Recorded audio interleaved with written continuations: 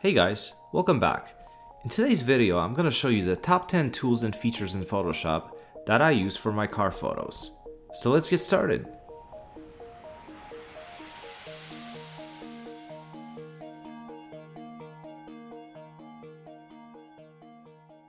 Number 10, blend modes.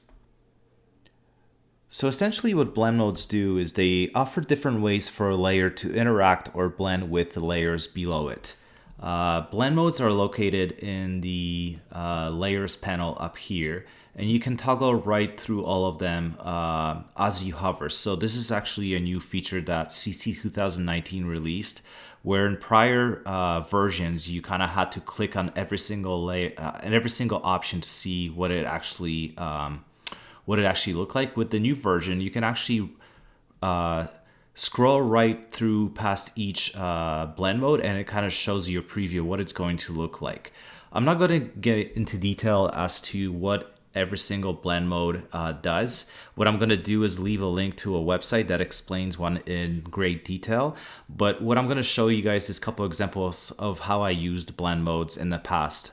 In this instance, in this picture, for example, I wanted to bring out the green in this paint job here. So essentially what I did is if I just switch this back to normal at 100%, I painted this with a paintbrush green, and then I switched the blend mode to color. And as you can see, that's the desired effect that I was going after. And I just reduced it to about 35%. So that's one example of a blend mode that I was able to use. So I use this effect in a couple different scenarios. This is one of them, but whenever I want to bring out some of the colors in the paint job, that's kind of the method that I used. And then for the light glow outside of the taillights here, I also used a blend mode, hard light 35%. So that's another example of how you can use blend modes to kind of enhance your car photography. Number 9, blur gallery.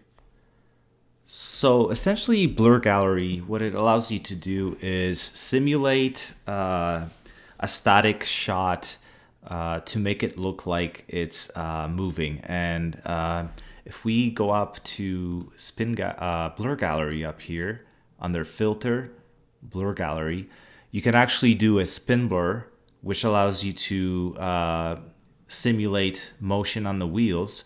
And you can also do a path blur, which allows you to simulate motion in the background on the road anywhere you choose to. So I'm just showing kind of like a couple examples of a before static shot, which I transform into a kind of like virtual rig shot, and then another static shot turn into, again, a bit of a motion shot. So I can quickly show you guys, again, how these tools work. I'm not going to go into depth because I actually have a very in-depth tutorial on my channel, which I will leave a link to as well, on how you can use this exactly. But essentially, you go under blur gallery, and if you want to show spin on the wheels, this will come up in 2 seconds. It will show you like a little circle, which then you can transform.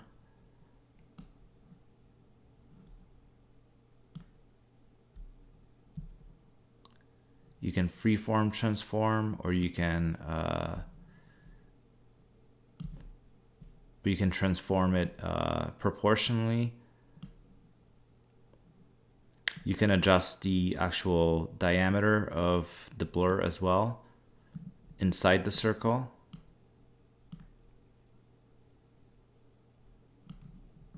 Okay.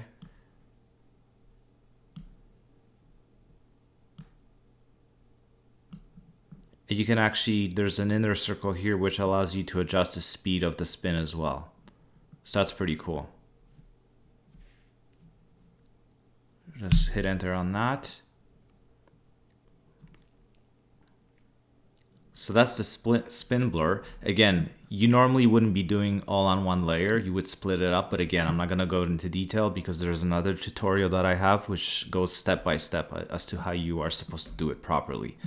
And then if you go under blur gallery again, you can actually do a path blur, which allows you to sort of simulate motion as if you were panning in the shot, or if you were kind of rolling with the car. So you can kind of simulate motion on the background and on the road. And you can essentially draw as many points as you like using this tool. I just go back. And that will basically direct which way your blur will be, in which direction it will be going. So as you can see, I'm just drawing various different points. Again, what you want to do is you actually want to go out and kind of do realistic pen shots and rolling shots to kind of get familiar with actually how motion blur works. It will be a lot easier when you're trying to simulate it because you will be a lot more knowledgeable in how it actually works in real life.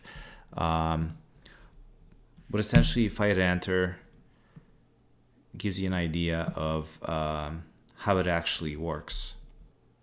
So again, this is a great tool if you're looking to add motion to your static shots. It's very easy to use, and it just takes some knowledge in how motion blur actually works in real life to make it look really effective and realistic. Number 8, patch tool. The patch tool is one of my favorite tools in Photoshop, and with each version of Photoshop, it's gotten better and better.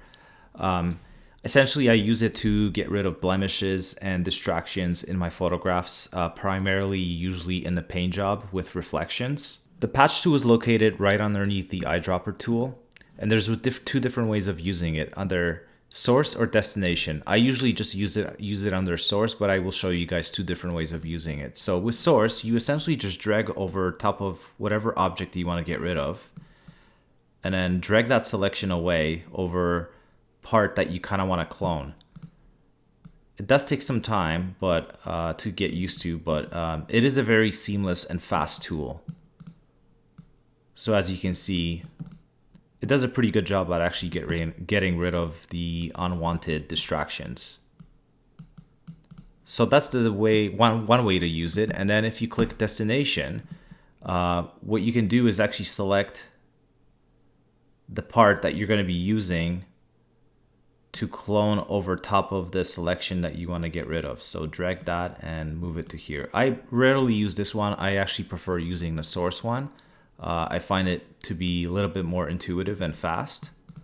But this is a very great tool, and as you can see, the results can be really good with this tool, as you can see in this photo here. Number 7, levels.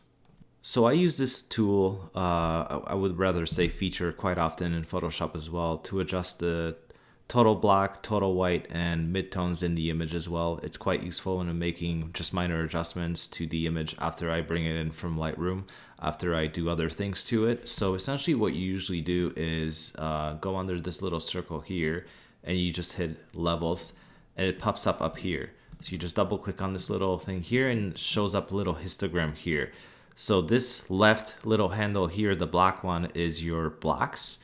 This is the total whites. This is the midtones, and this is your output level right here. So I can just kind of walk you guys through and what sliding each of these actually does. So this black here adjusts the total black that you have in the image. So sliding it towards the right will give you much darker, richer blacks. And then using this midtone here, it brightens the midtones or it brings them down, whether you slide it to the left or to the right. And then you have your whites here, which again, if you slide it towards the left, it increases the whites in the image. If you slide it all the way to the right, it decreases it. Usually you want a histogram that has that goes all the way from the left to the right if you want good contrast. Sometimes it stops here, so it depends what you're going after. You may want to adjust it. And then you may want to adjust the output levels as well. So essentially what this does, it decreases the contrast in the image by, let's say, reducing the whites here. or you can reduce the blacks. It all depends what kind of look you're going for. But again, this is a super powerful feature in Photoshop. I also do it on numerous little things here and there on separate layers because you can control it that way. So let's just go through one of them here. For example, let's just try it. So if I just turn this off and on. So I composited this set of foliage up here, as you can see, where I just turned it off and on. So what we're gonna do is add a levels adjustment to it, right click on it, and say create clipping mask. What that's going to do is that's going to create a clipping mask to the layer right below it, and it's only going to affect that layer. So if we now double click into here, as you can see, this is the histogram. So let's just try and make it a little bit darker. So we're gonna drag down the midtones towards the right.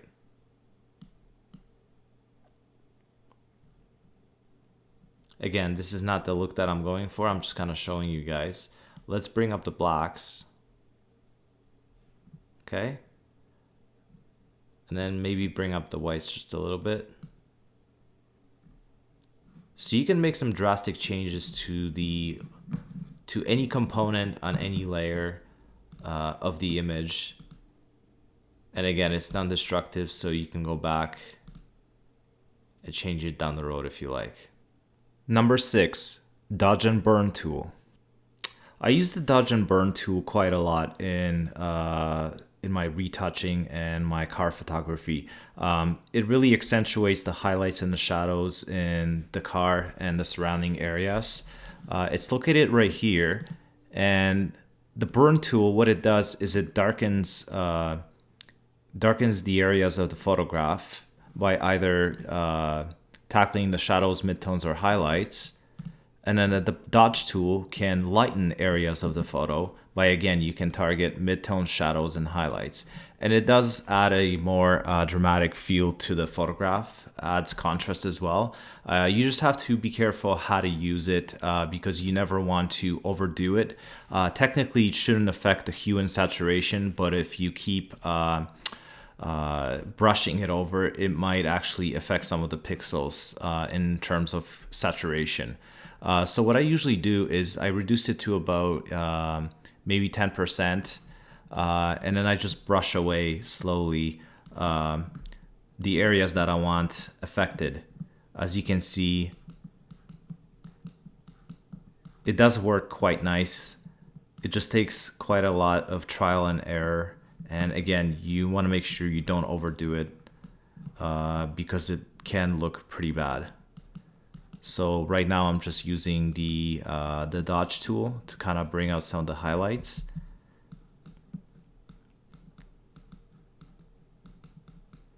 And again, you can tackle the midtones, the highlights of the shadows. So for example, if I just want to tackle the highlights here, I could do that. If I want to tackle the shadows, I can go in here, just lighten up the wheels in here. And then using the burn tool, I can make maybe some of the shadows a bit more dramatic. Again, you have to be careful on using this tool. I usually bring the shadows and the burn tool actually down to 1% because it gets pretty harsh. And in order to be a little bit more accurate, you can also select this shadow here with the pen tool or the lasso tool, and then you can start burning it. With some practice, I think the dodge and burn tool is a very effective tool, and it should be an essential part of a workflow. Again, you can get some really nice dramatic effects with it, as you can see here. It does add more contrast to the image, and it does accentuate some of the highlights and shadows. Number 5, color balance. This is a very useful color correction tool that I use very often in Photoshop. Actually, I use it for, I would say, 99% of my photographs that I put through Photoshop as well. This is a great way to adjust the overall color balance of the photograph when it comes to the shadows, the highlights, and the midtones. You can tweak the image so it goes from like a cool image to a more warm image, and you can make other adjustments to make the image really look any way you want to. For instance, this photograph here, I wanted to cool down the shadows in here, so the way you apply a color balance adjustment layer is simply by going under adjustment layer and then clicking on color balance, and it will add an adjustment layer. And then if you double click into this actual circle here, you can see all the parameters that are set within here. So for this image, for example, I wanted to cool down the shadows. So if you click on shadows, I just dragged the yellow and blue slider more towards the blue side. As you can see, if I drag it back towards the yellow side, it will become more yellowish, especially in the actual shadows, which I'm targeting in here. So going back to +5, which is something that I was going after. And then I also adjusted the midtones and then the highlights, again, towards the blue side versus the yellow side. You can see the different effect that it gives you. So this is really useful in your car photography. It's also very useful when compositing images that are coming from a different source, just to color match the original image with whatever you're superimposing into the photograph. In this instance, I decided to add sky. So if I just actually turn off this layer mask, you guys can see this is the original image. You might have seen this in my original tutorial, but essentially if I turn off the color balance, you can see this image has a much more cooler tone to it in its original state.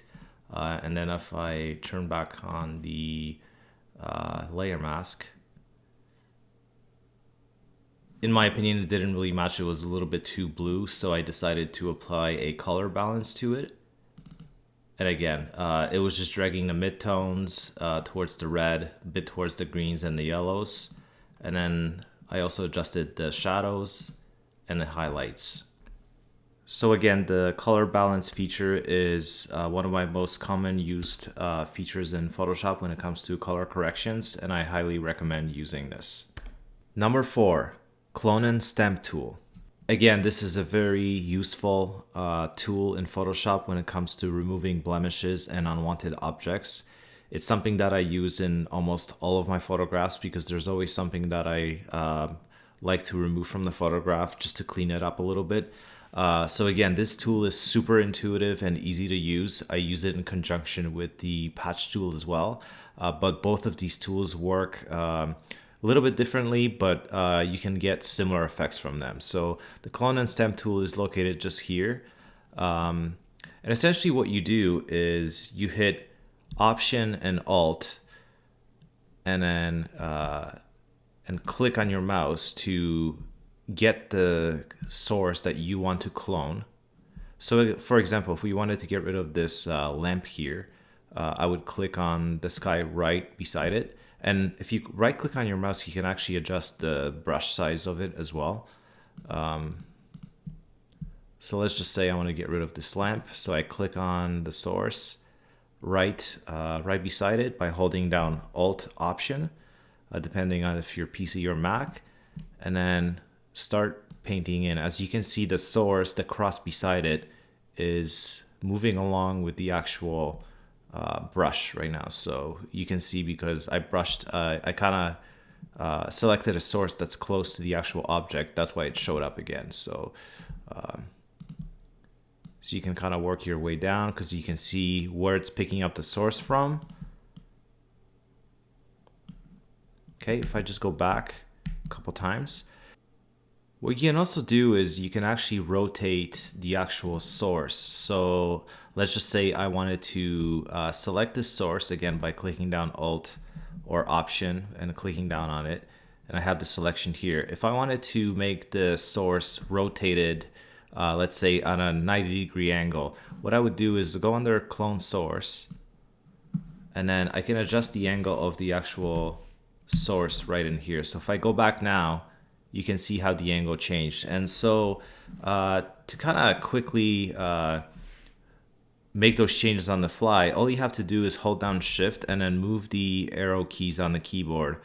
And you can see it actually rotates depending on the direction you're holding. So, and then you can start drawing the image here. So you can see the entire thing is actually rotated.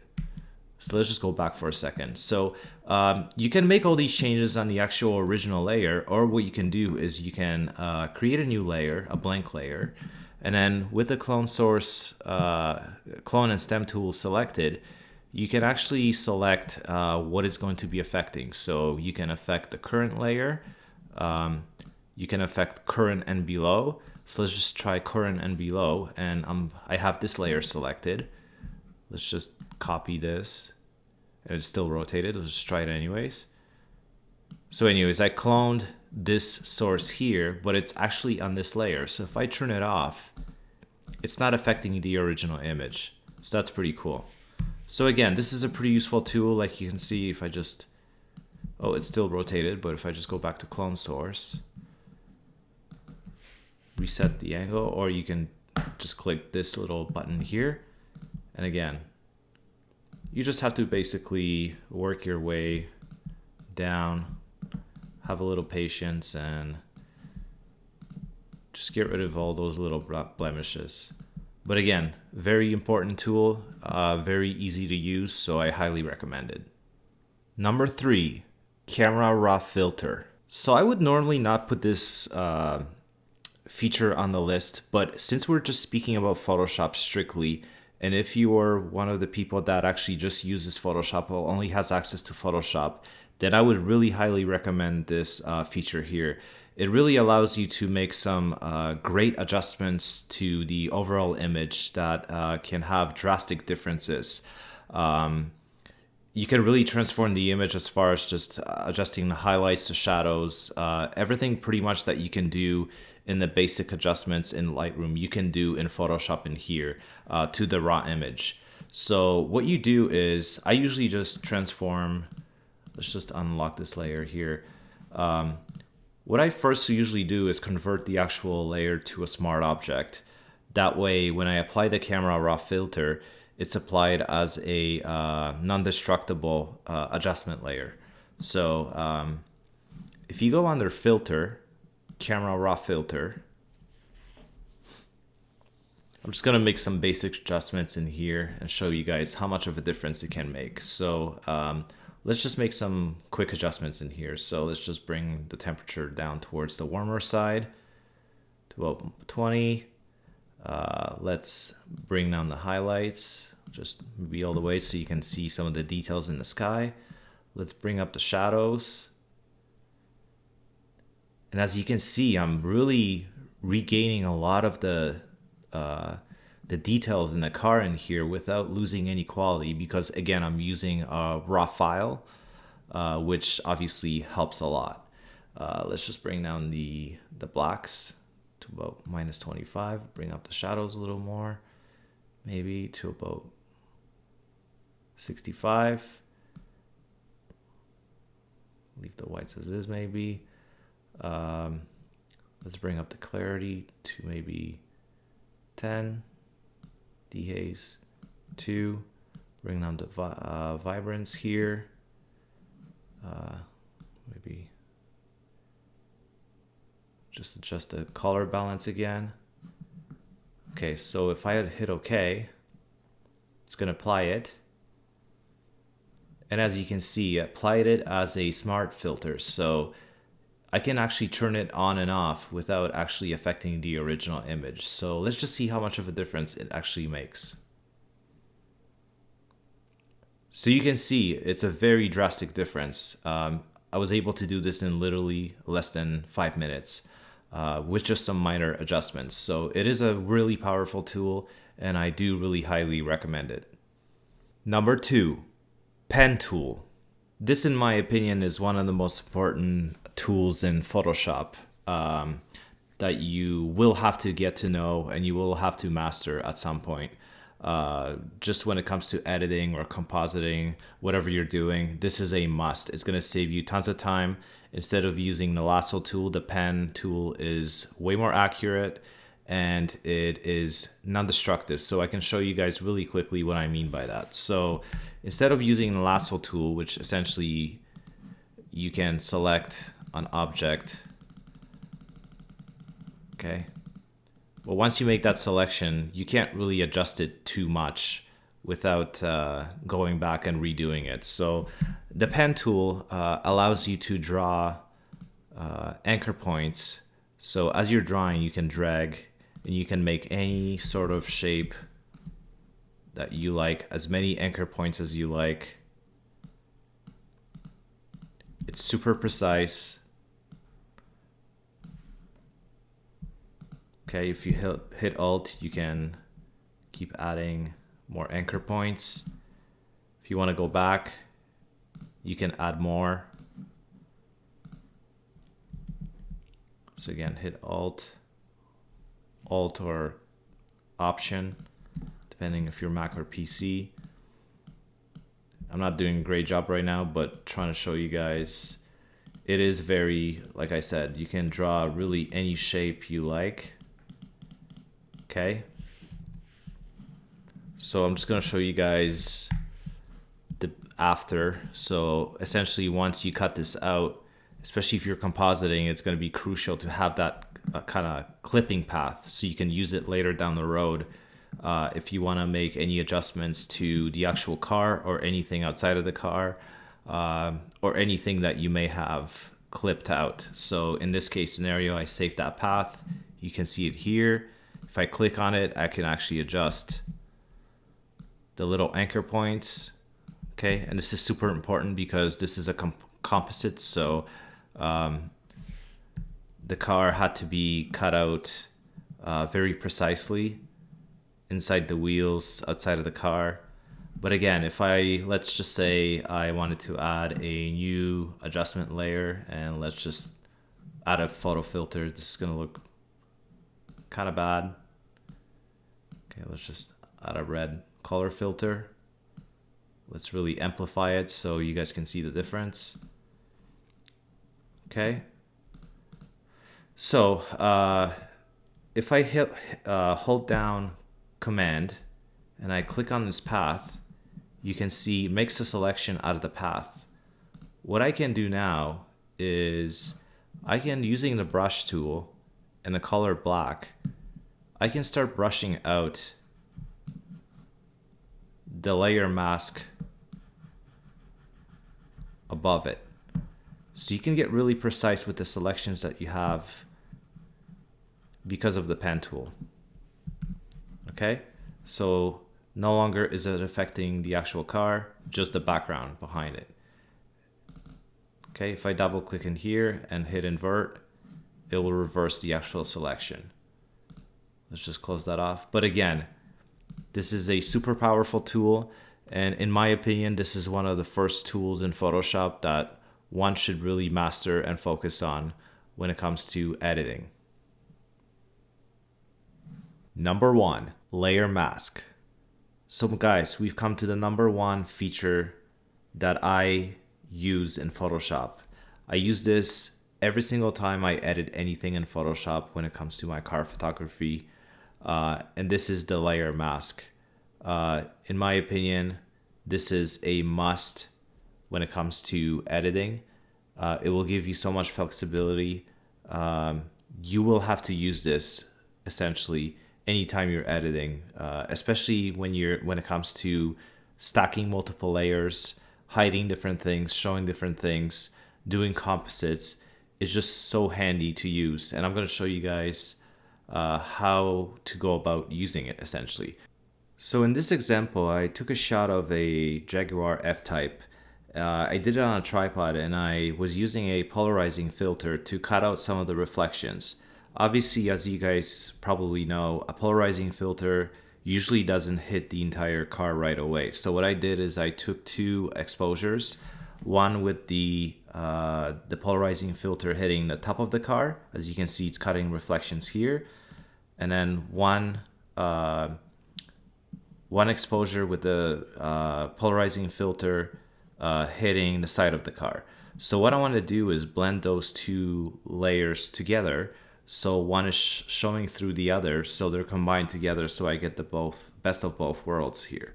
So essentially what you want to do is, let's just say we're going to be using this layer as an example. We're going to add a layer mask to it by hitting this little icon here. Okay. And then we're going to double click on this thing here. This little menu pops up here. We're going to hit invert. And what that's going to do is it's going to invert the mask, so it's going to hide the layer above it. Okay? And now what we want to do is start drawing that layer back in. So using the brush tool and the color white, we want to start brushing in. As you can see, as I'm doing that, it shows you sort of like a little thumbnail of where I'm brushing it in. So we want to brush the parts that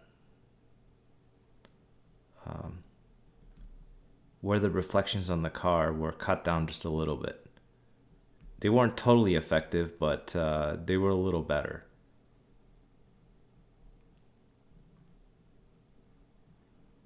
And again, normally I would be more accurate, but I'm just showing you guys an example. Okay? And I mean, I can show you guys if I keep brushing it away, it just shows the layer right through. Same here. So you kind of can pick and choose which layer to go with for the overall image. As you can see, if I start brushing this back in, it really reflects the sky. I don't want that. Same with the shadows here. So we're going to leave it as is, but if I turn this off and on now, this entire layer, you can see the second layer is not visible in this one, and the reflections are showing. And then this one, the reflections are totally cut out because I masked this layer. So again, this is a super important feature, and you can use it not just for masking a car, but for masking pretty much anything in the overall file. So let's say I added a, let's just see, let's just for, as an example, use a photo filter again. Let's just, something very obvious, so cooling filter. Okay, doesn't look great, but anyways, we're just doing an example. It automatically has a sort of like a vector mask attached to it. So what I'm gonna do now is using the gradient tool, going from black to white, and having the layer mask adjusted, I mean selected, you just drag it down, and it can actually do the exact same thing as before, except now I'm just using the gradient tool to kind of feather out the photo filter. Okay, you can keep it on the mask, you can use the brush tool, and again with the color white, let's just increase this size. We can start brushing in more of that photo filter. Or if you switch to black, it will actually do the opposite. It will actually hide it. So let's just get rid of it because it's quite ugly. Okay, but again, this is a super important feature of Photoshop. One of the first things that I would actually learn when tackling the basics of editing in Photoshop. So that is it for today's video. I hope you guys found this very enjoyable and insightful. If you have, don't forget to leave any comments, and don't forget to subscribe to my channel. Also check me out on Instagram under Damian.Plisko. There's going to be a lot more exciting content coming in 2019. Till then, see you later.